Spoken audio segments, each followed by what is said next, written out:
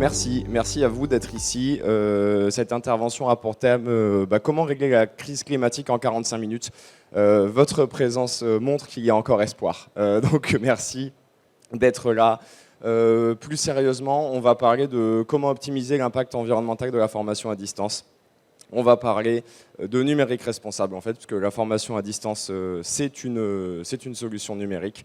Avant toute chose, je vais me présenter rapidement, comme ça vous savez qui est devant vous en train de vous parler. Je m'appelle Mathieu Mohamar. J'ai commencé ma longue carrière chez Soprasteria il y a 8 ans. C'est une entreprise de services du numérique. C'est là-bas que j'ai travaillé sur mes premiers projets numériques responsables. Et depuis mai 2022, je travaille chez Calimedia. Calimedia, en 2 minutes, on est une agence experte du e-learning depuis 23 ans. Et on a 3 grands piliers d'activité. La création de modules e-learning sur mesure, la commercialisation de formations prêtes à l'emploi, toujours e-learning, et l'édition d'une plateforme Learning Management System qui s'appelle le Pility, et qu'on essaie de construire la plus vertueuse possible. Le déroulé de la présentation, en quelques minutes, je vais vous donner les objectifs, pourquoi on est là. Et ensuite, le reste de la présentation sera organisé autour de 2 grands axes. La présentation des impacts, pour être capable de les qualifier, de les quantifier, et les pistes de solutions, puisque au-delà de dresser la synthèse de toutes les manières qu'on a de polluer, on va quand même essayer de trouver comment améliorer ça. Donc les objectifs. Le premier objectif, c'est de comprendre les impacts que le numérique peut avoir sur l'environnement. Souvent, on se dit le numérique, c'est dématérialisé. On a du mal à percevoir son impact parce que c'est pas comme des feuilles de papier qui sont palpables, où on se rend compte des arbres qui ont été coupés avant. Donc l'idée, c'est de comprendre comment déjà le numérique peut polluer. Ensuite, dresser une synthèse quantifiée de ces impacts. Donc, ok, on va être capable de savoir comment le numérique peut polluer, mais l'idée c'est de savoir aussi dans quelle proportion il pollue. Et enfin, définir quelles actions on peut mettre en place à notre échelle et dans notre métier pour optimiser notre impact.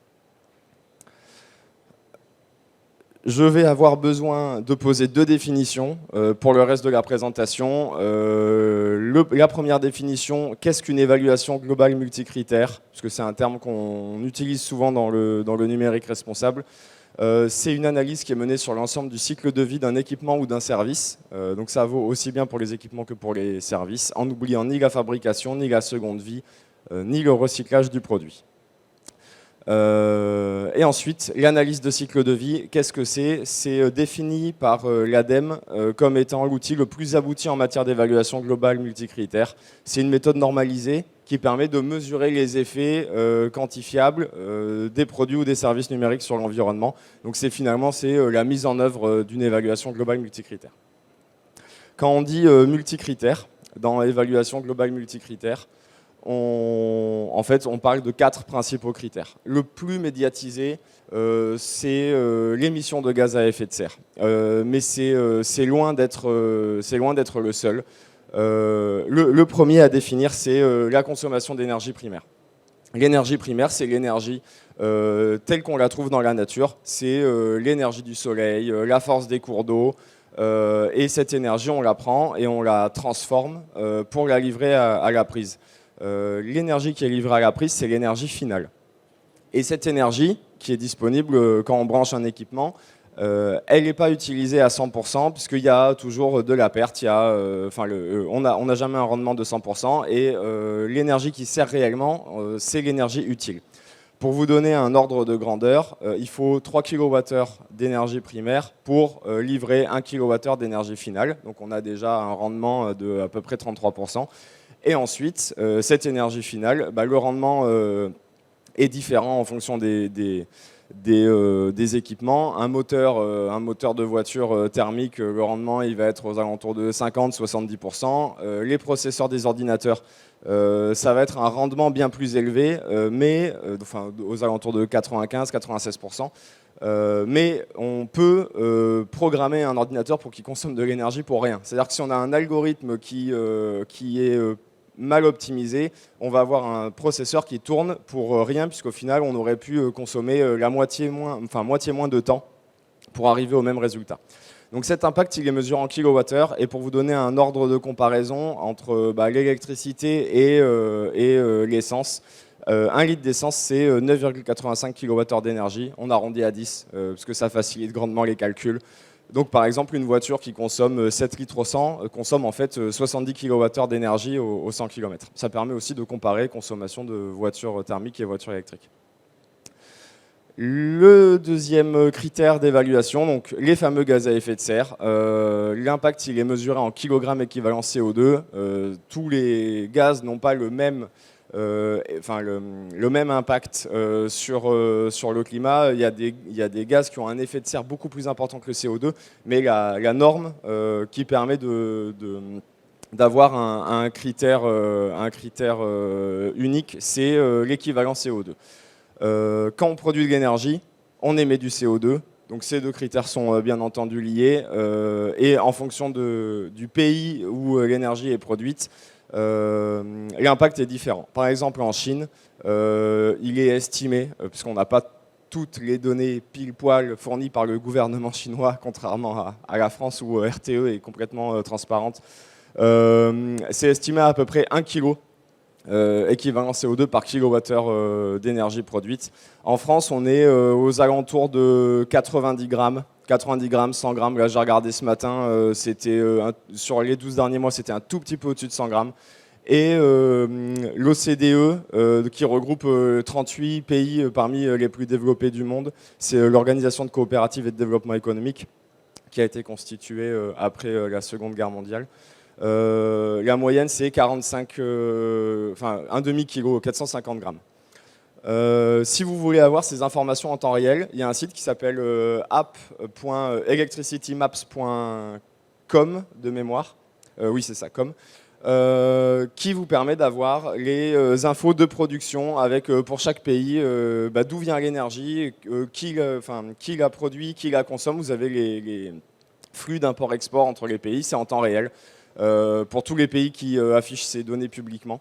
Donc effectivement, il y a quelques pays gris sur la carte, dont la Chine, où on n'a pas toutes les données en temps réel. Mais pour les pays européens, pour tous les pays d'Amérique du Nord et la plupart des pays d'Amérique du Sud aussi, vous avez les données en temps réel, c'est très intéressant. Troisième critère de l'évaluation, la gestion de la tension sur l'eau. L'eau, c'est une ressource qu'on utilise, qu'on transforme, qui finit à un moment par revenir à son état d'origine, mais ça prend du temps. Et comme nos réserves d'eau ne sont pas infinies, il faut faire attention au stress qu'on leur inflige. Donc c'est ce qu'on appelle le stress hydrique. On en a entendu parler l'été dernier, des nappes phréatiques qui sont basses, de la sécheresse qu'on a vécue. On en entendra probablement parler cet été aussi, parce qu'il n'y a pas beaucoup plu cet hiver. C'est un impact qu'on mesure en litres ou en mètres cubes. Et voilà, principalement ça. Et le dernier critère, les ressources naturelles abiotiques. Abiotiques, c'est-à-dire qui ne portent pas la vie. En fait, ce sont toutes les ressources non vivantes, principalement les minéraux. L'impact, il est mesuré en kilogrammes équivalent antimoine, donc SB sur le tableau périodique des éléments. C'est une ressource dont on entend très peu parler, l'antimoine. On entend parler de beaucoup d'autres minéraux, on entend parler des terres rares, on entend parler du lithium, de l'or. Et en fait, c'est la ressource pour laquelle on est le plus tendu en termes de stock. On le verra dans 2 slides. Là. Il y a un tableau qui vous permet de visualiser un petit peu les stocks qu'on a minéral par minéral. Et comme c'est la ressource sur laquelle on est le plus tendu, c'est notre référentiel, un peu à l'image du CO2 pour les gaz à effet de serre. Il est estimé 11-12 ans avant l'épuisement total des ressources en antimoine. C'était estimé il y a quelques années, donc il doit nous en rester même un peu moins. Si vous vous demandez à quoi sert l'antimoine, en fait, c'est un minéral qu'on met dans des alliages avec d'autres métaux pour augmenter leur dureté. Il est utilisé dans énormément d'industries, il est utilisé dans l'industrie automobile, dans la construction des ordinateurs aussi. Il est utilisé dans l'industrie militaire pour la conception des munitions. En fait, il est utilisé partout. Industrie pharmaceutique, je ne sais pas si je l'ai dit, mais c'est le cas aussi. Maintenant qu'on connaît les 4 critères d'évaluation, on va se pencher un petit peu plus sur le dernier, puisque sans vouloir teaser le reste de mon intervention, c'est un des plus gros sujets, les ressources naturelles abiotiques. Donc là, vous avez un tableau périodique des éléments avec en couleur les minéraux et leur taux de recyclage. En rouge, vous avez ce qui se recycle très mal. Alors, ce sont les taux de recyclage réels, pas théoriques. C'est-à-dire, ce n'est pas ce qu'on est capable de recycler si on fait l'effort. C'est aujourd'hui dans quelle proportion c'est recyclé dans la réalité. On est à donc moins de 1% de recyclage pour la très grande majorité des métaux, déjà toutes les terres rares, et puis par exemple le lithium que vous voyez en haut à gauche là. Alors qu'on est capable dans l'industrie de très très bien recycler le lithium, on peut le recycler à plus de 95%. Il y a des entreprises qui ont tout intérêt à le faire, notamment dans l'industrie des voitures électriques, donc qui investissent dessus, mais c'est globalement très peu généralisé. La réglementation est en train d'évoluer. En Europe, en 2030, il sera exigé un taux de recyclage du lithium de 65%. Donc la réglementation évolue, mais comme souvent, s'il n'y a pas un driver économique, ça va quand même assez lentement. Donc il faut faire attention à la manière dont on consomme nos ressources minérales. En termes de réserves, les réserves qui sont les plus tendues, les plus critiques, ce ne sont pas celles qui sont les plus médiatisées. Dans les médias, on entend parler énormément de lithium, de cobalt, par exemple pour les batteries des voitures électriques. On entend énormément parler des terres rares. Et en fait, les minéraux qui sont les plus tendus, ce sont l'antimoine, je vous en parlais juste avant, l'étain, le plomb, l'or, le zinc, le strontium, l'argent, le nickel.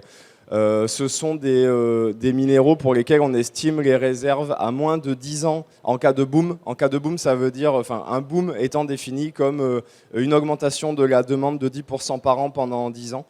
Donc à la fin, ça fait dans 10 ans une consommation 2,5 fois plus grosse. Et en cas de maintien du rythme actuel de production, entre 12 et 20 ans. Vous avez les petits traits bleus sur le schéma, ce sont les ressources qui sont utilisées dans la conception d'un ordinateur ou d'un téléphone.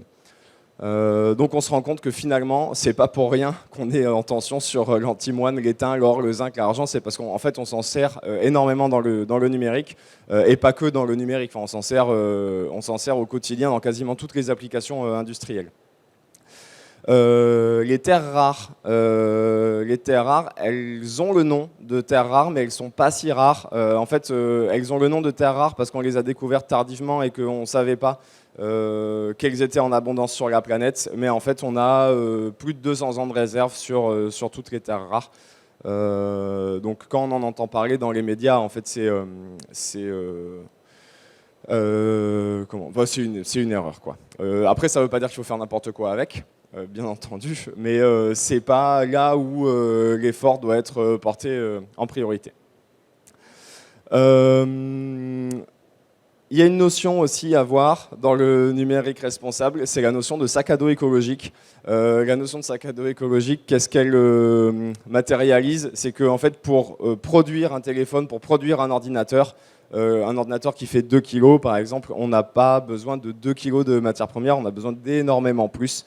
Donc il y a une notion qui est la notion de matière mobilisée, c'est la quantité de matière première qui est nécessaire pour produire un équipement. Et cette notion, elle est utilisée dans le MIPS, Material Input per Service Unit, qui mesure l'intensité en ressources d'un produit par rapport au service qu'il rend. Par exemple, dans le cas d'une voiture, on va pouvoir calculer le MIPS en prenant la quantité de ressources nécessaires pour construire la voiture et en la divisant par le nombre de kilomètres passagers que la voiture a réalisé. Dans le cas d'un téléphone ou d'un ordinateur, en général, on mesure la quantité de matière nécessaire pour produire une unité, mais on peut aussi la mettre en rapport avec la durée de vie de l'unité. Donc par exemple, en années de service pour un ordinateur. Pour vous donner une idée, donc un ordinateur de 2 kg comme celui qui me sert à faire cette présentation a nécessité 240 kg de combustible fossile brûlé à générer 169 kg d'émissions de gaz à effet de serre, enfin en kilo équivalent CO2, à consommer 1,5 tonne d'eau claire et surtout 800 kg de matières premières mobilisées. Et dans ce cas-là, ce qu'on dit, c'est que le sac à dos écologique, il est de 400 pour 1. C'est-à-dire que pour produire 1 kg d'ordinateur, je dois utiliser 400 kg de matières premières. Donc c'est énorme. Mon sac à dos écologique avec ce PC est gigantesque et du coup j'ai les trapèzes super musclés à force de porter mes 800 kg sur le dos tous les jours.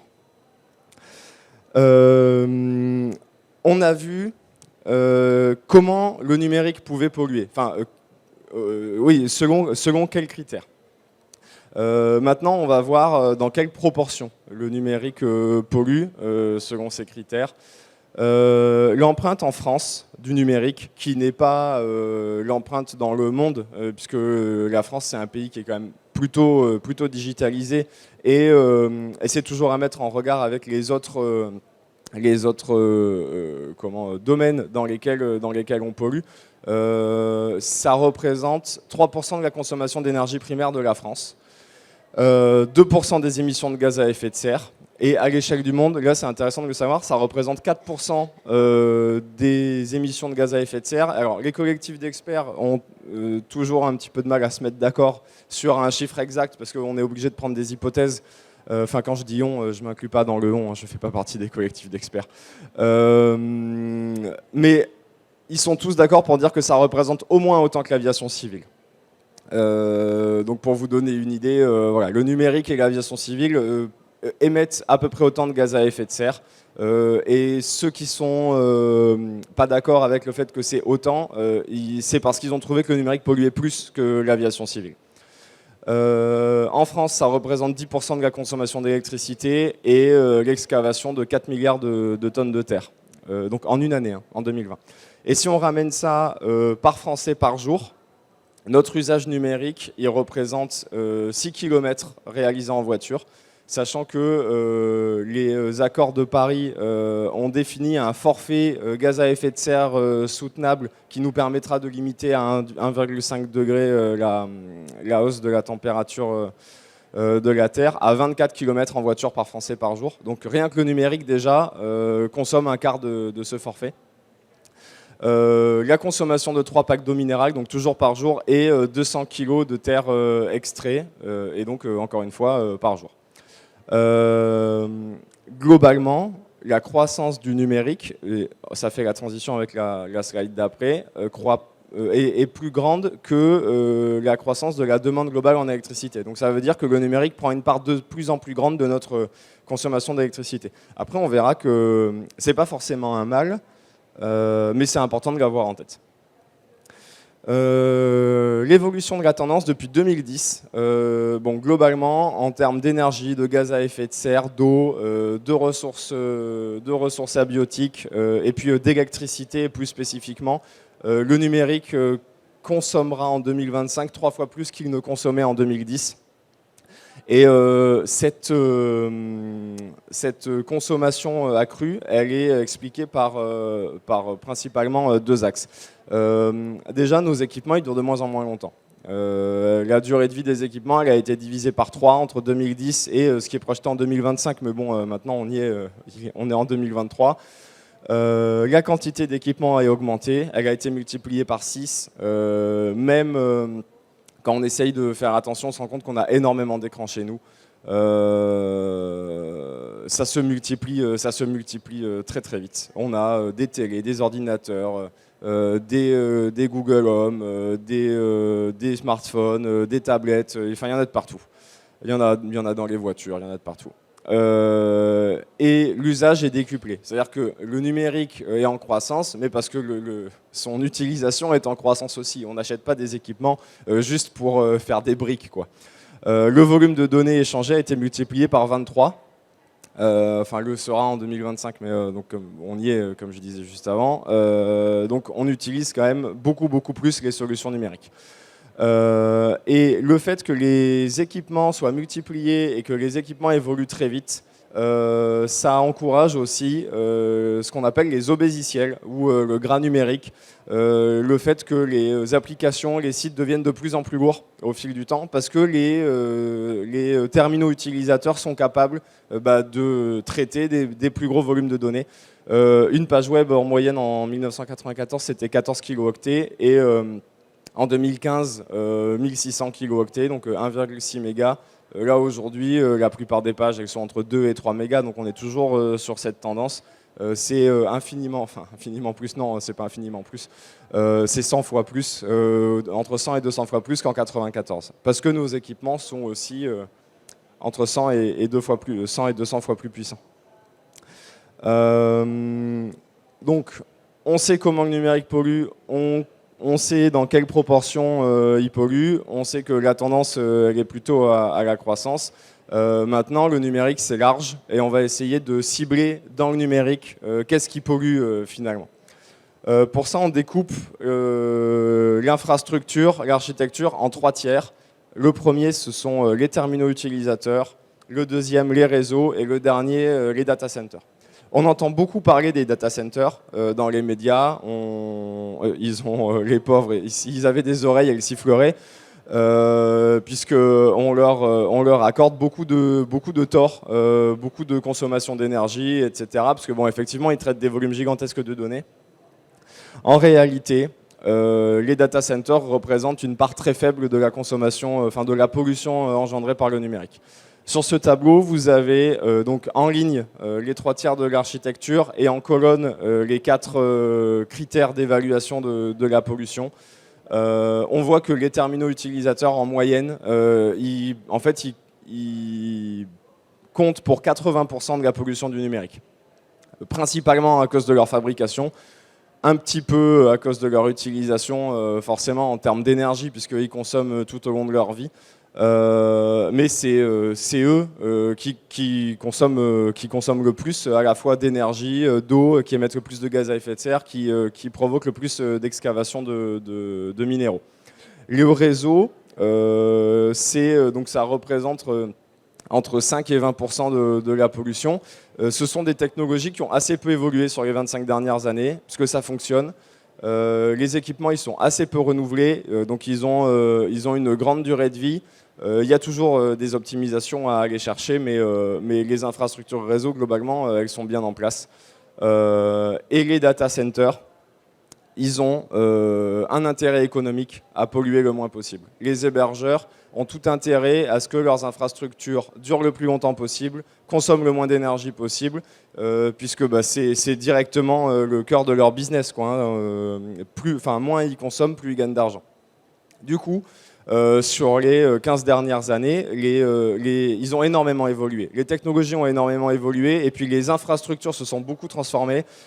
Si vous allez dans un data center aujourd'hui, vous allez remarquer que les zones qui sont refroidies sont uniquement les zones qui ont besoin d'être refroidies. Ils organisent les serveurs face à face dans des couloirs qui sont isolés et ils ne climatisent que ces couloirs de manière à ce que les serveurs aspirent l'air frais qui est propulsé au milieu du couloir, s'en servent pour maintenir leur température, rejettent l'air chaud en dehors du couloir et toutes les zones qui sont en dehors des couloirs sont finalement pas du tout refroidies.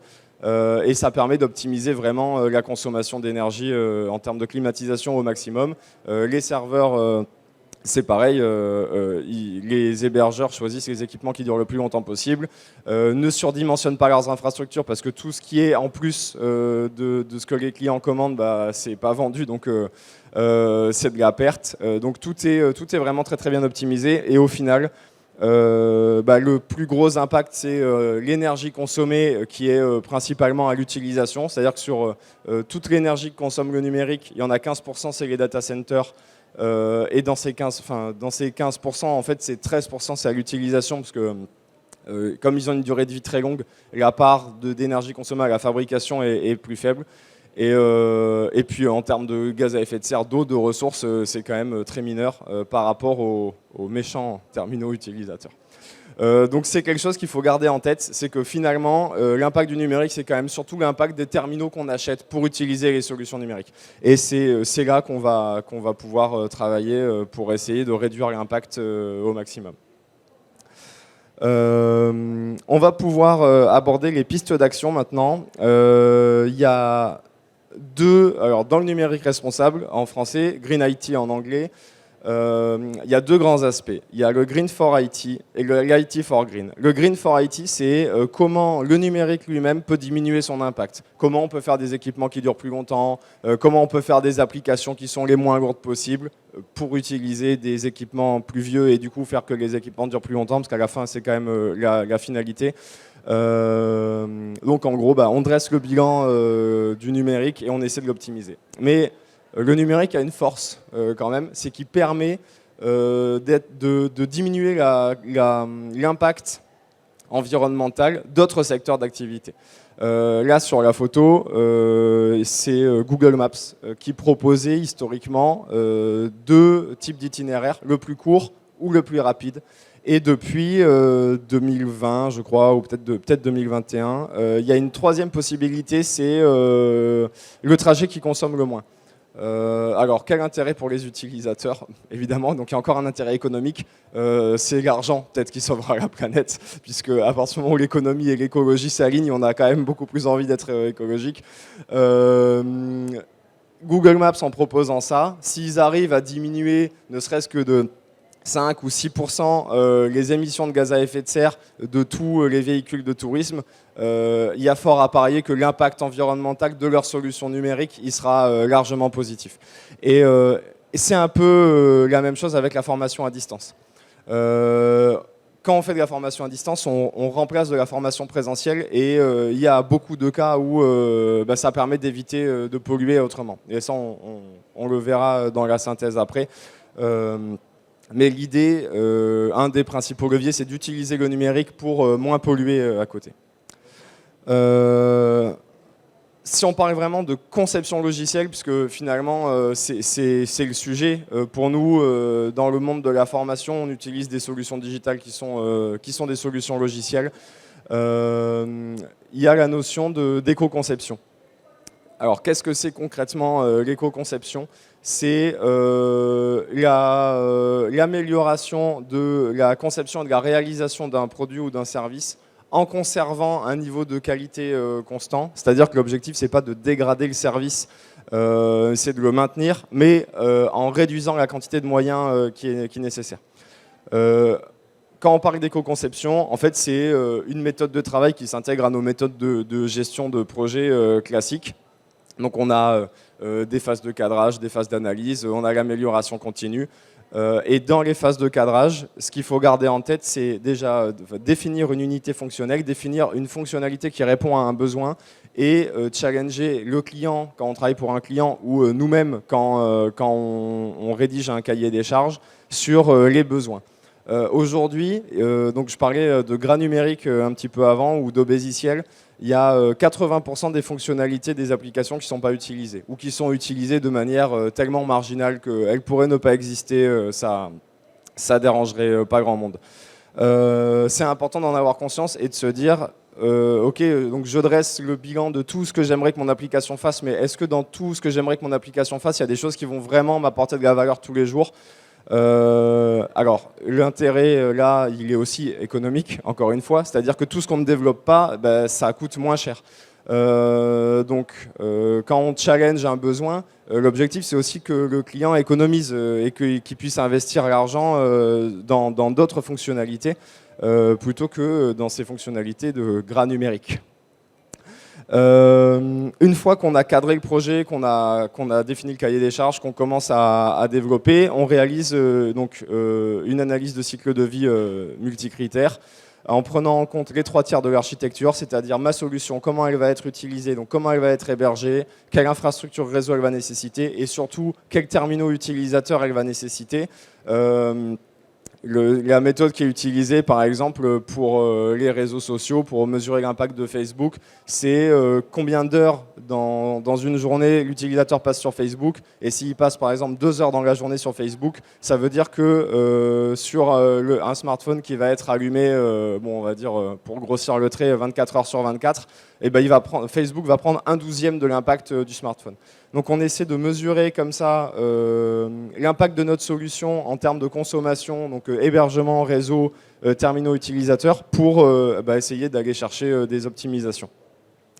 On les liste, ces optimisations, ces axes d'amélioration, et puis après, bon, c'est une méthode d'arbitrage classique, mais on mesure l'impact de chaque optimisation qu'on peut apporter, on mesure son coût, on essaie de prioriser les quick wins, donc c'est-à-dire les choses qu'on peut mettre en place rapidement qui vont fortement diminuer l'impact, tout en restant dans des dimensions faisables, et en termes de coût et puis en termes de technicité. On les met en place et ensuite on fait un suivi, on définit les KPI et puis on suit l'impact de nos améliorations. Concrètement, c'est quoi les améliorations? Les outils qui permettent d'éco-concevoir, c'est un plugin qui s'appelle Green IT Analysis que vous pouvez ajouter à votre navigateur et qui scanne n'importe quelle page web et qui donne un éco-index. Donc c'est une note de A à, je crois que ça va jusqu'à F. J'ai jamais vu G, après peut-être que ça peut aller jusqu'à G.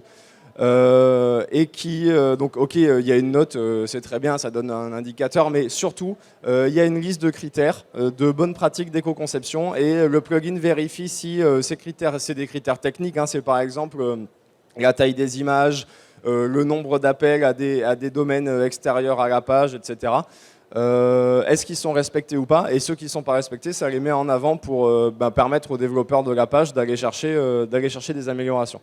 Là, ce que vous avez, c'est le tableau de bord d'une de nos plateformes. Et donc, bon, en l'occurrence, sur cette page, l'éco-index, il est à A, mais c'est quelque chose qui varie. C'est-à-dire, un site, c'est pas parce que cette page elle est à A que la page suivante, elle va pas être à B, C, D, E.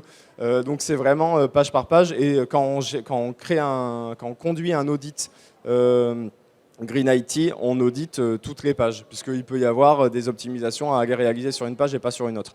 Ce plugin, il se base sur 115 bonnes pratiques d'éco-conception. Alors c'est d'éco-développement même, parce qu'en fait c'est vraiment des bonnes pratiques techniques. Il y a un guide qui est disponible, mais qui est payant. Ce plugin est gratuit et permet d'avoir déjà un accès aux principales bonnes pratiques. Et donc c'est un outil pour les développeurs pour permettre d'aller chercher des leviers, comprendre la philosophie aussi de l'éco-conception sans avoir à acheter le guide. Et puis, bon, le dernier outil en termes d'éco-conception, bien sûr, c'est le co-design. C'est-à-dire que quand je disais on challenge les besoins du client, il faut quand même le faire avec le client. C'est-à-dire qu'on ne peut pas dire non mais ça vous en aurez pas besoin, faites-moi confiance. Ça se construit ensemble quand même. Donc ça, ce sont les pistes d'action, enfin les outils qui permettent d'éco-concevoir. Donc la piste d'action derrière, c'est le Green for IT, c'est comment diminuer l'impact du numérique en lui-même. Et après, on a l'IT for Green. L'IT for Green, du coup, concrètement, donc je vous parlais de Google Maps juste avant. Il y a beaucoup d'autres solutions IT for Green. Il y a une société d'intelligence artificielle qui avait fait du rapprochement d'industries géographiquement proches qui pouvaient travailler entre elles en modulo une petite modification de leur ligne de prod. Par exemple, ils avaient rapproché une entreprise qui cherchait à acheter des bouchons en plastique et qui les achetait en Chine, avec une entreprise qui réalisait des tubes en PVC. Et l'entreprise qui réalisait des tubes en PVC pouvait, en adaptant une ligne de prod, réaliser des bouchons en plastique et du coup les vendre à l'industrie qui était voisine, qui était juste à côté. Et ça permet d'éviter d'avoir à aller chercher quelque chose en Chine parce qu'en fait on peut le faire juste à côté. Bon, après il y a toujours le critère économique bien entendu qui rentre en jeu. Le Bon Coin, par exemple, typiquement, c'est une solution numérique aussi qui favorise l'économie circulaire pour les personnes qui connaissent la philosophie du zéro déchet. On priorise le fait de refuser les choses dont on n'a pas besoin, réduire la consommation des choses dont on a besoin et réutiliser, c'est le troisième axe, c'est la pyramide que vous avez à droite. Et la réutilisation, c'est un des principaux axes pour consommer moins.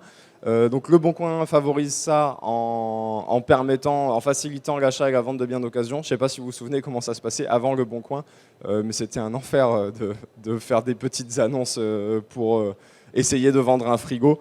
Donc l'impact environnemental, personne ne pourra vraiment le mesurer au global, mais il y a fort à parier que le Bon Coin a quand même un impact très vertueux malgré le fait que ce soit une solution digitale. Et puis, favoriser la formation à distance pour minimiser les déplacements. Upility, donc c'est notre produit LMS, c'est le logo que j'ai choisi pour illustrer, mais bien entendu, c'est transverse. Quand on s'en est rendu compte pendant le Covid, parce qu'on n'a pas vraiment eu le choix, mais quand on déploie des formations e-learning pour éviter d'avoir à se déplacer sur des longues distances, parce que nous on est de Montpellier, donc quand on avait des formations présentielles, c'était souvent à Paris, donc ça fait faire quelques kilomètres.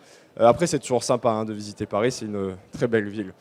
Mais quand même, ça a un impact, ça a un coût, surtout si on est pressé et qu'on prend l'avion. Donc les formations digitales sont un levier pour minimiser l'impact. Donc si on se focalise vraiment sur la formation en elle-même, comment on peut faire ? Parce que là, on a parlé de numérique responsable pendant la présentation.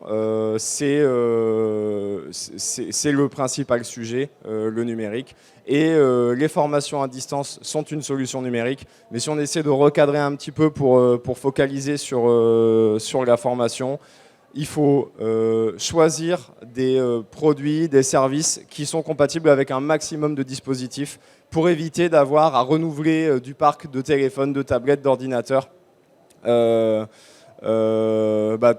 D'encourager ce renouvellement trop fréquent. L'idée, c'est que les applications doivent avoir des exigences matérielles et logicielles les plus basses possibles. Elles doivent être compatibles avec les plus vieilles versions possibles d'Android, de navigateurs, etc. Puisque y a des téléphones qui matériellement sont supportés pour recevoir des mises à jour pendant 2-3 ans. À partir de 2 ou 3 ans, ils ne reçoivent plus les mises à jour parce que ça coûte cher aux constructeurs de maintenir des mises à jour sur un parc très très large d'équipements. Si on a des exigences logicielles qui évoluent en permanence et que finalement on nécessite d'avoir toujours la dernière version, forcément le parc qui a 3 ans et qui est plus mis à jour depuis 6 mois, il est forcément exclu de notre solution, quoi. Donc c'est ça qu'il faut essayer d'aller chercher. C'est la question qu'il faut essayer de se poser, c'est est-ce que l'usage de cette solution va me forcer à renouveler de l'équipement ? Pareil, en France, on est suréquipé, on a des ordinateurs, des tablettes, des téléphones, mais il y a des pays où il y a beaucoup moins d'équipements, y compris, surtout dans le monde de la formation, parce qu'il y a des gens qui se forment partout dans le monde. Donc il faut penser aux personnes qui n'ont pas accès à un ordinateur facilement. Les téléphones sont plus répandus. Le fait qu'une solution soit responsive et donc utilisable sur téléphone, c'est un vrai levier pour éviter d'avoir à acheter du nouveau matériel. Ensuite, en termes de sobriété pure, à efficacité pédagogique égale, puisque l'objectif, c'est jamais de dégrader le service. Il faut favoriser les formations les plus légères possibles. On n'est pas obligé d'uploader la vidéo en 4K 60 images par seconde. Si jamais c'est une vidéo, par exemple, un teaser d'introduction à une formation, on n'est pas obligé de la regarder en 4K 60 images par seconde. Il y a fort à parier que l'intérêt pédagogique soit quand même assez minime quand on passe de la 1080p à la 4K. On peut se permettre donc d'alléger nos formations digitales, de mettre peut-être moins de modules, des modules plus courts, plus impactants. On peut transformer 50 heures de formation e-learning en des formats beaucoup plus courts qui soient plus engageants. C'est ce qu'on fait, c'est ce que font beaucoup d'acteurs sur ce salon. Et pour autant, le service rendu est le même, voire même il est meilleur puisqu'on récupère l'engagement plus facilement de nos apprenants. De la même manière, donc, une fois qu'on déploie nos formations les plus courtes, les plus impactantes possibles, on essaie de favoriser le déploiement de e-learning à chaque fois que c'est pertinent. Il y a des formations qui ne sont pas nécessairement à réaliser en présentiel, qui peuvent apporter le même intérêt pédagogique à distance. Donc on a des solutions de toute façon qui permettent de déployer des formations e-learning, tous je pense ici. Donc autant les utiliser, puisque plus on les utilise, plus on dilue l'impact environnemental qu'elles ont, puisque de toute façon à la fin l'application elle tourne. Et enfin, remettre en question nos besoins aussi quand on benchmark des solutions, se dire ok, les solutions qui sont les plus lourdes, les solutions qui sont les plus complètes, forcément ce sont aussi les solutions qui ont le plus d'impact puisque les fonctionnalités qui sont développées elles coûtent. Elles coûtent en termes de prérequis, elles coûtent en termes de consommation de ressources à l'usage. Donc l'idée c'est vraiment de se dire ok, de quoi j'ai besoin pour choisir l'outil, la plateforme, la formation qui répond vraiment à mes besoins. Peut-être on peut se projeter sur quelques années de quoi j'ai besoin, de quoi j'aurai besoin, mais on n'est pas obligé d'acheter quelque chose qui fait tout et au final on n'en utilisera que 20%, au-delà du fait qu'en plus on paye le tout et qu'au final on ne s'en sert pas. Voilà, en résumé, ça fait 44 minutes que je parle là, donc c'est pas un résumé, mais en synthèse, c'est les axes sur lesquels il faut qu'on se concentre, nous, en tant qu'acteurs de la formation, mais plus largement, si on devait se concentrer sur le numérique et essayer d'optimiser son impact, il faut se rappeler qu'en fait, ce qui pollue le plus, c'est nos téléphones, nos PC, et que c'est ça qu'il faut essayer de faire durer le plus longtemps, parce que c'est 80% de l'impact. Et c'est 80% de l'impact au global, mais c'est plus que 80% de l'impact sur le critère qui est le plus critique aujourd'hui, c'est les ressources minérales, les ressources abiotiques. Il y a quelques liens dans la présentation. Alors, on est filmé, donc la présentation sera dispo en replay. Le support sera mis à disposition aussi. Ce sont des études qui datent entre 2010 et 2020, donc, puisque c'est un sujet quand même depuis un certain temps, le numérique responsable, qui vous permettront de retrouver les notions qu'on a abordées et puis d'aller plus loin s'il y a des choses spécifiquement que vous voulez explorer. Je vous remercie pour votre attention, pour votre présence et du coup on peut procéder à quelques échanges de questions-réponses si vous en avez.